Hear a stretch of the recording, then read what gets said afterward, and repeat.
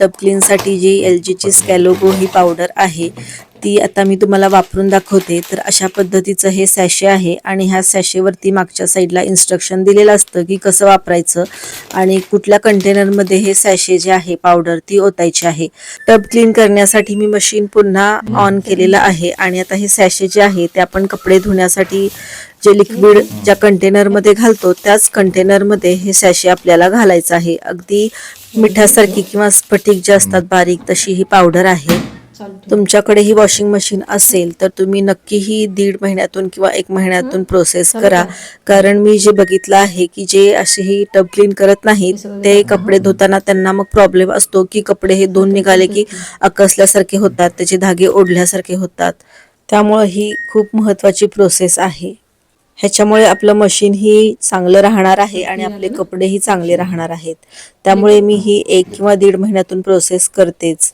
तर टब क्लीनसाठी आपल्याला प्ले हे बटन दाबलं तर मग ते आता आपल्याला टायमिंग दाखवतं, स्क्रीनवर तुम्हाला दिसेल टायमिंग 1 तास 19 मिनिटं इतकं हे टायमिंग दाखवतंय। आता ह्याच्यामध्ये कपडे वगैरे काहीच घालायचं नाही, असाच रिकामा आपल्याला हे मशीन फिरवायचं आहे फक्त हे टब क्लीनचं पावडर घालून।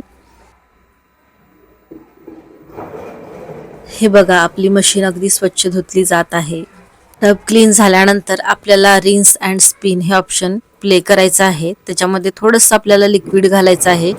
आपला जो लिक्विडचा ट्रे आहे त्याच्यामध्ये आपण जिथं कपडे धुताना लिक्विड घालतो तिथेच आपल्याला अगदी थोडंसं लिक्विड घालायचं आहे आणि एकदा रिन्स आणि स्पिन करून घ्यायचं आहे, म्हणजे जे वास असतो स्फटिकचा त्या पावडरचा वगैरे निघून जाईल।